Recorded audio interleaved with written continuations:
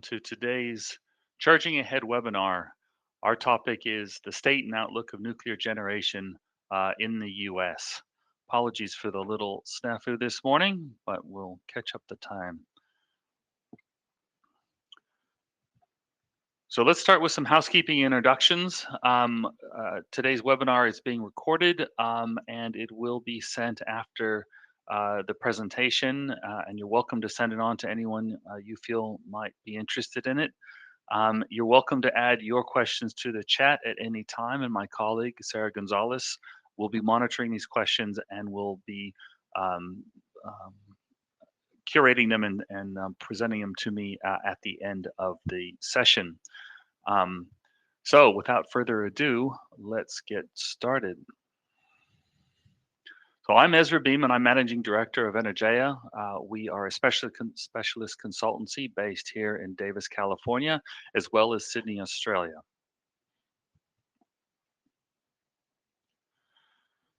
So let's start with nuclear policy, mainly in the US.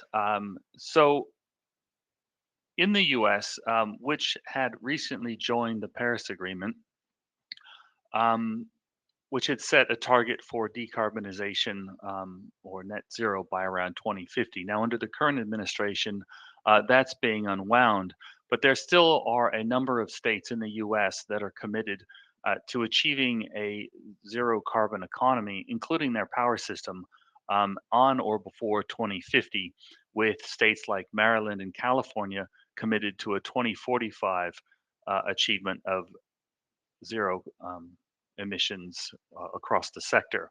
Now, if you look at the sector level reporting for each of these key leading states, you see that the proportion that electric power represents varies across them. But of course, as the other sectors electrify, being buildings and transport and industrial mainly, that's all going to come into the power sector space and increase that to the extent it's not already decarbonized. The key question for today's webinar is whether and how nuclear technology and nuclear production capacity can help reduce the cost of transitioning these state power systems to zero carbon.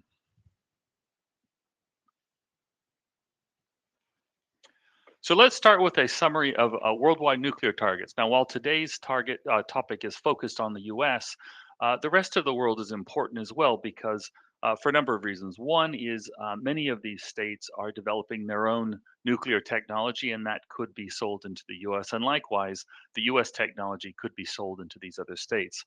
As you can see here, the US remains focused on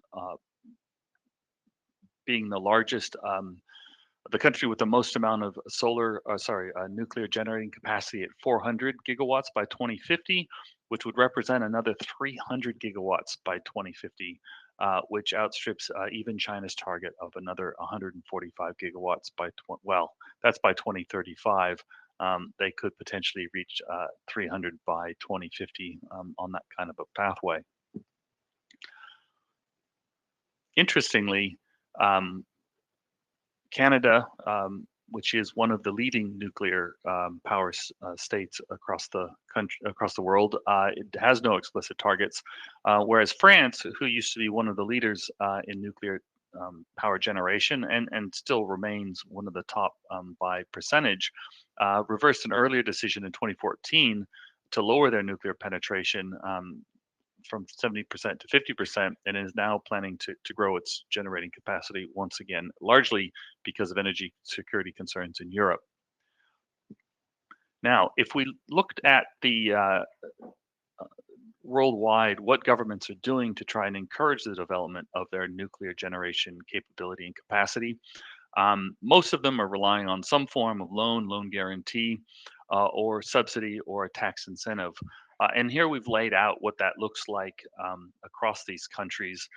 In some of the countries like Canada and South Korea, the relative investment by the government at this stage doesn't appear to be keeping pace with the market leaders, including the U.S.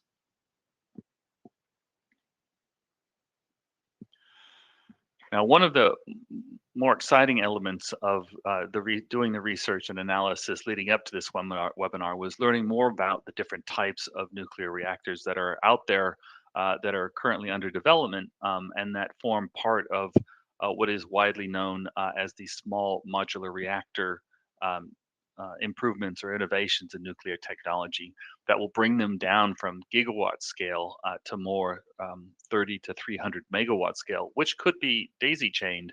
But a smaller unit is more easy to site. There's less financial and other risks involved, and it is more likely, in my view, to be competitive with other forms of generation at this more compact size. Now, something I discovered recently, which I was unaware of, are the micro reactors with a package size of around 20 megawatts, which is even smaller and more easily situated. Now, the items in green are what's called known as fifth generation technology, and they're aiming to address some of the limitations of, sorry, fourth generation technology, and they're looking to address some of the limitations of third generation technology, mainly around operating characteristics like flexibility, cost, um, waste, etc.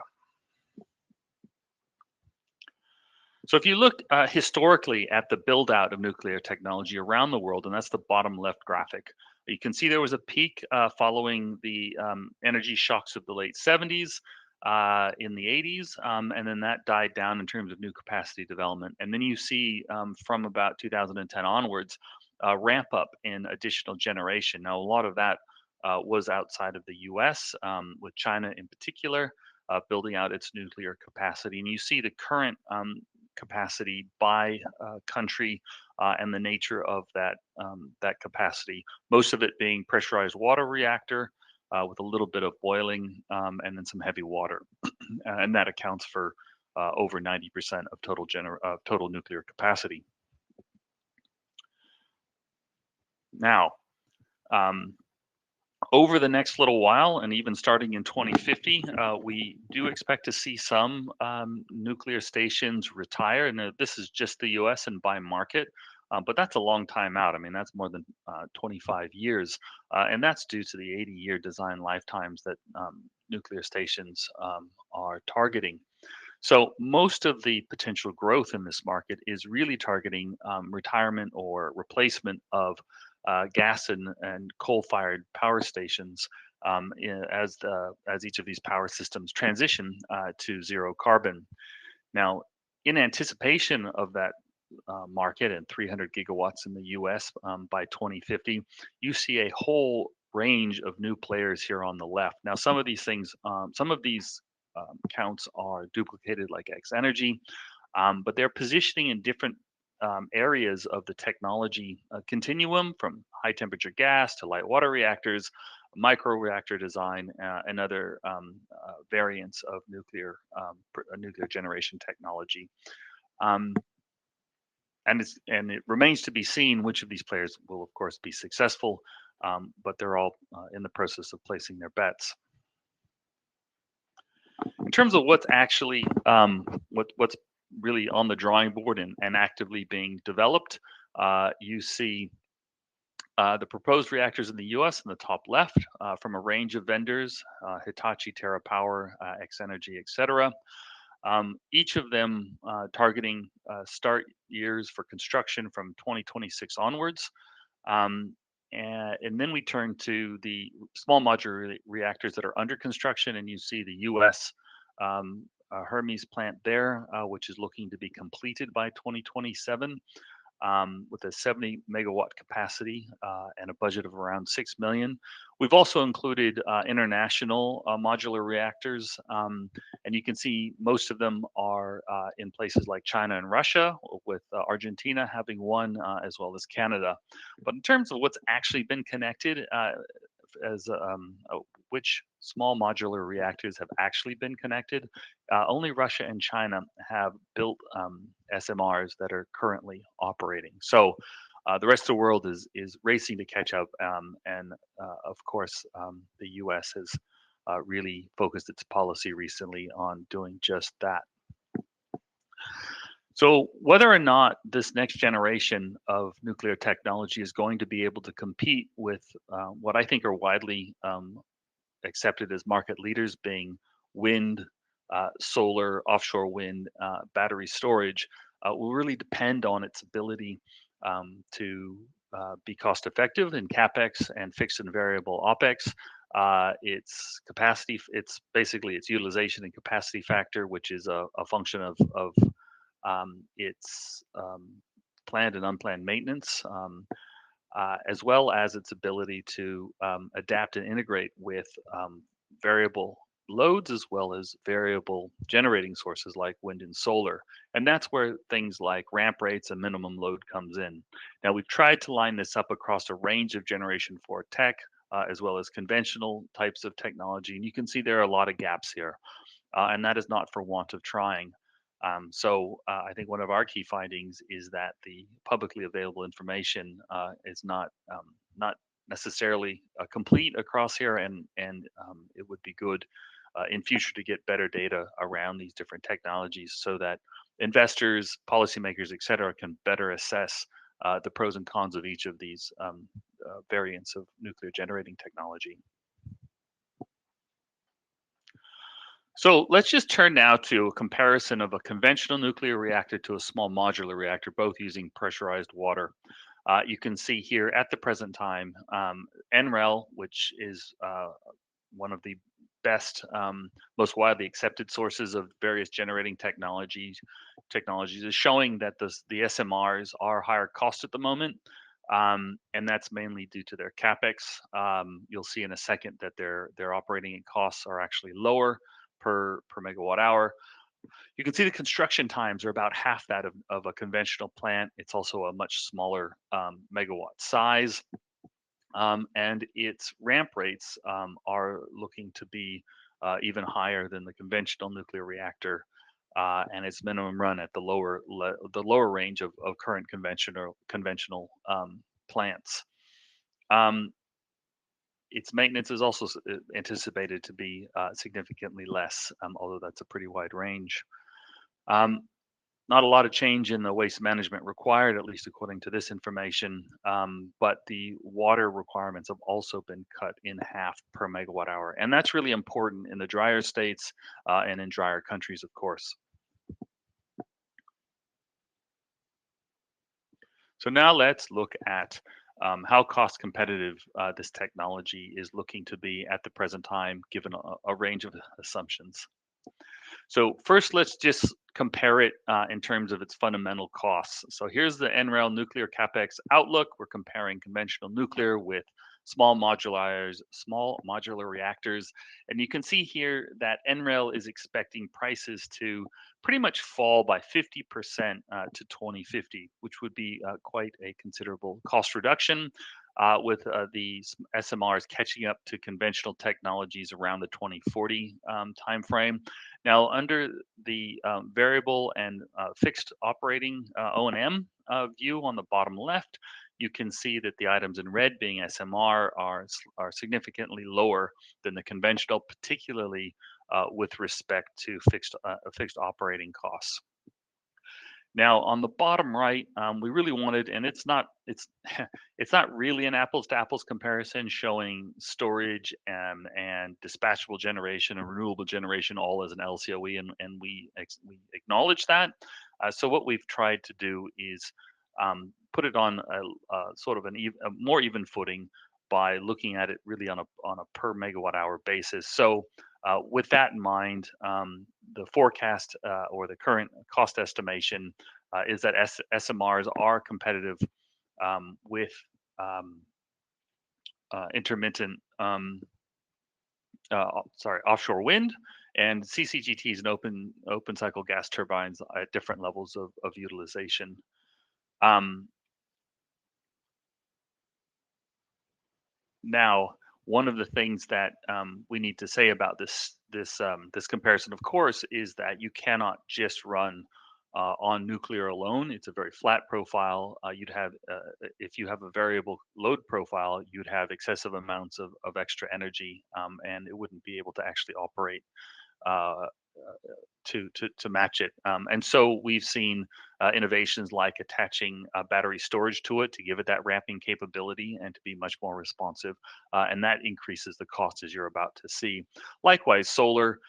Not everybody uses all their energy while the sun shines, and so and actually solar is not shown here. Oh no, it is utility PV. But to actually make it useful out when it's not the sun's not shining, you have to add battery to it. So you really have to stack those two things together when the sun's not shining, or add in other renewables like wind. So turning to whether or not, in the case of California and the CAISO, if you were going to bring this technology into the market, would it be competitive? And what we found using data center loads from the UK, because they were easily available, and we don't think there's going to be a lot of variation except for the UK is relatively cold, and that we would expect to see more weather driven variability in the US. That uh, at the current estimated SMR, less payments for resource adequacy of around $78 a megawatt hour, you wouldn't be dispatched that frequently in the CAISO. And so it really isn't cost competitive to enter at this time. Now, as prices potentially might increase in the future, it might be a more competitive resource, but it doesn't appear to be competitive today. So let's turn to the other key question, which is how does nuclear potentially fit into meeting the needs of data centers? Now, data centers are have very flat loads traditionally. There's a lot of work to make them more flexible. But you can see here with the UK example, this is probably just connected recently, and it's not fully built out. But on average, it's only around 20%. Now, we sized it so that its peak load is about 100 megawatts, and then we applied that load in three major markets: CAISO, PJM, and ERCOT. And you can see the cost of supplying that power, if it can be connected at current prices, is relatively attractive. Now, one of the key questions and issues at the moment is that as more and more of this of data centers connect, and they are very large loads, it is putting upward pressure on prices. And a key question for all of these markets is what are prices going to look like after data center capacity is added in and the market transitions to 100% renewable energy. So the analysis that we did here in using 2024 prices is if you are a data center, and this is in the CAISO territory, and you were looking to connect, that's the price you would pay if you could connect. If you could not connect, and you were looking at a microgrid solution, and you wanted to be 100% renewable energy, not sort of net zero, how much would these different solutions cost, and then how would that compare to just being connected to 100% open cycle gas turbine, which could meet your load itself if you could get access to gas and ignoring the cost of carbon. And what we found was that 100% renewable energy, zero carbon, I should say, renewable and zero carbon nuclear solution with a 5 hour battery attached to it was around $164 on a levelized basis.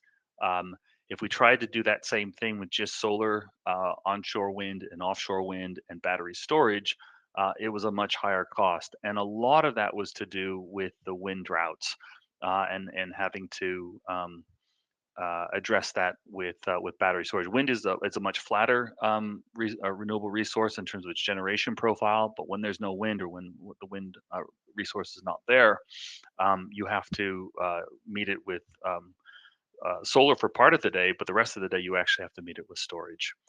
And so our analysis, and I need to emphasize this is relatively simplified. It's using a linear solver with the data center loads and the NREL costs was significantly higher. And then compared to open cycle gas fired turbines, which are lower still, but over time are not going to be allowed in jurisdictions like California or the ones I previously shared. So, what are the key takeaways here? Is They include there's a lot of capacity around the world. It's going to need to be replaced, not anytime soon. Most of the opportunity is in growth and replacement of coal and gas-fired generating capacity in countries that are aggressively pursuing the transition. Those countries with nuclear capabilities are actively keeping their options open here. Modular reactors seem to promise a lot more attractive attributes compared to earlier generations. Um, However, they still are early days. We need to keep a close eye on the pilots and the trials and see that these technology are able to achieve their build times and their operating costs and reliability that are being promised.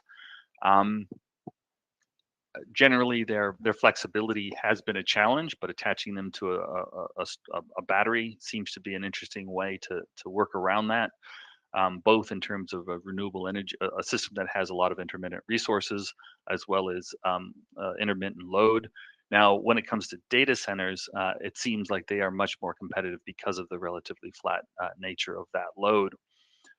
So finally, when it comes to recommendations, we think it's really important to monitor the outcomes of all of these pilots. There is a lot of technology out there, and they're all racing to construction, and they all have much different cost and performance characteristics than earlier generation technology. For when it comes to data centers, though, and other major industrial loads, flexibility is has traditionally been valuable, and it can help. Being able to attach to the grid and to minimize standalone costs. And when considering the outlook for nuclear, it'll be important to consider other competing technologies, including long duration storage. So, in summary, it does the nuclear renaissance does seem to be real.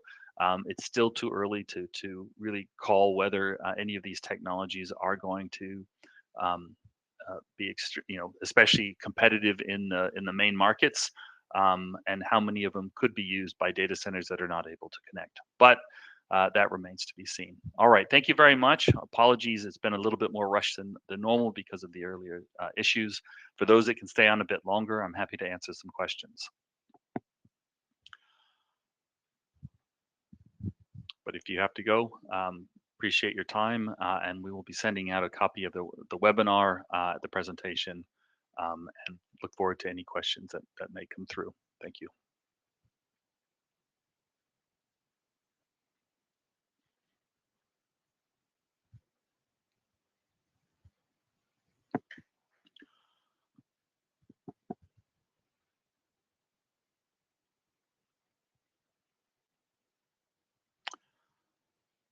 Hi, Laura.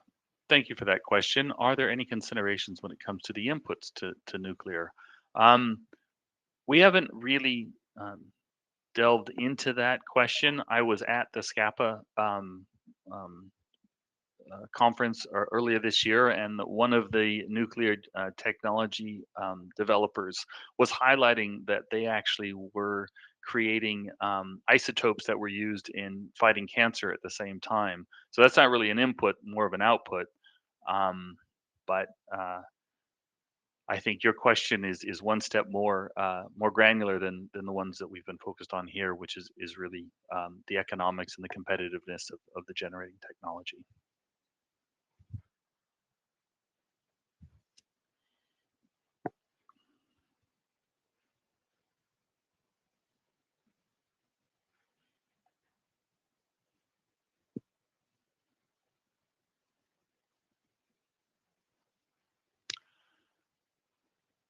Do you think that data centers will be able to shape their load to intermittent loads, and if so, by how much? So I think that's one of the key questions. And if you go back to the slides where it shows its minimum run levels, and I think we're getting down to 20% minimum, and also its ramping rates, which are in terms of percentage per minute. Um, I don't. I think nuclear would struggle on its own to be load following for sure, and it always has been. Usually, there's open cycle gas turbines and reciprocating engines that play that role, and even hydro. Um, I think if it's trying to integrate into a system where you've got a much more dynamic environment with solar PV that goes behind a cloud, or in the case of wind, when there's a wind drought. The rate of change is also very challenging, and that's why I was so interested when I saw the presentation where new nuclear stations are being combined with storage sort of out of the box. And if you're able to ramp the full amount, the full capacity of the nuclear station, um, and also have 5 hours of storage. If load or other resources change dynamically, that can be the storage, the battery storage, can step in and either meet the rapid change or also be charging if there's excess nuclear generation. So I think the question about how flexible they are is now very different. Now, if this were to persist over time, then there is the issue of minimum run, and ultimately if these stations can turn off overnight the way that coal and gas-fired systems are doing, or somehow be taken offline, and if so, what the price is, because this is going to be something that's going to potentially drive negative prices in the future.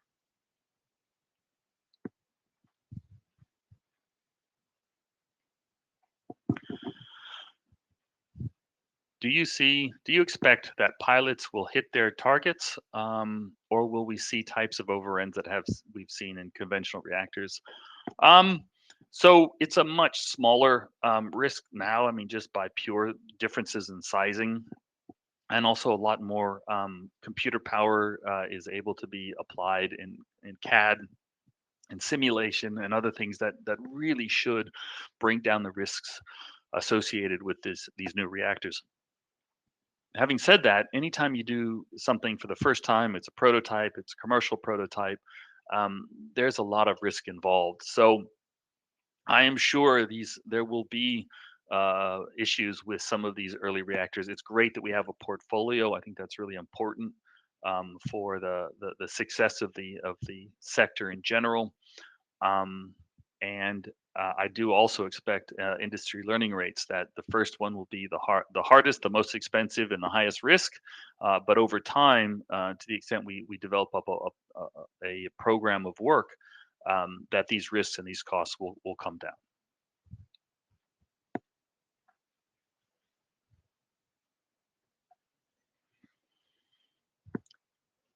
Do you think that base load generating technologies are no longer needed?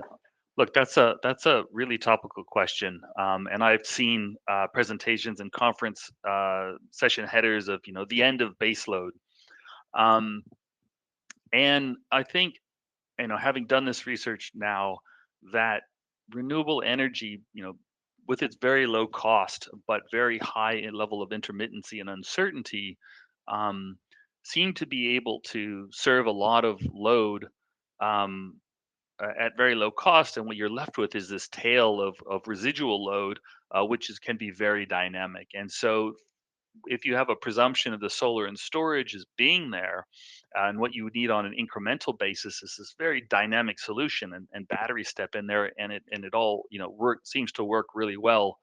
Um, in terms of having a solution, yes, you have to connect it, and yes, you have to operate the system differently, but you do have a matching of a very fast resource in switch mode power supplies and in inverters with solar, for example. Now, when we start adding significant flat loads again, like industrial electrification, like data centers, all of a sudden we've now shifted up the level of load that has to be met. And even if you do have low cost solar, there's so much of it, pardon me, there's so much of the load that remains overnight that you're going to have to be a high percentage of storage, and it becomes less cost effective. So I think a lot remains unclear about the total amount of data center capacity, and you should watch our data center webinar to learn more about that. But if it grows to 10, 20, even 30% of our energy system, that's going to take an awful lot of intermittent resources to meet. And it does seem like there is still a significant role for a competitive uh, baseload style generating resource like nuclear.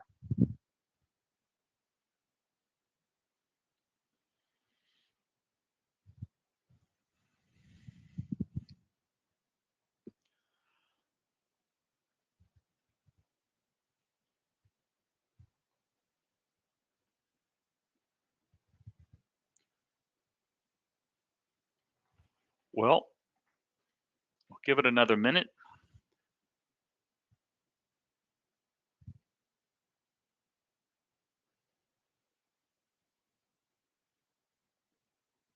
All right.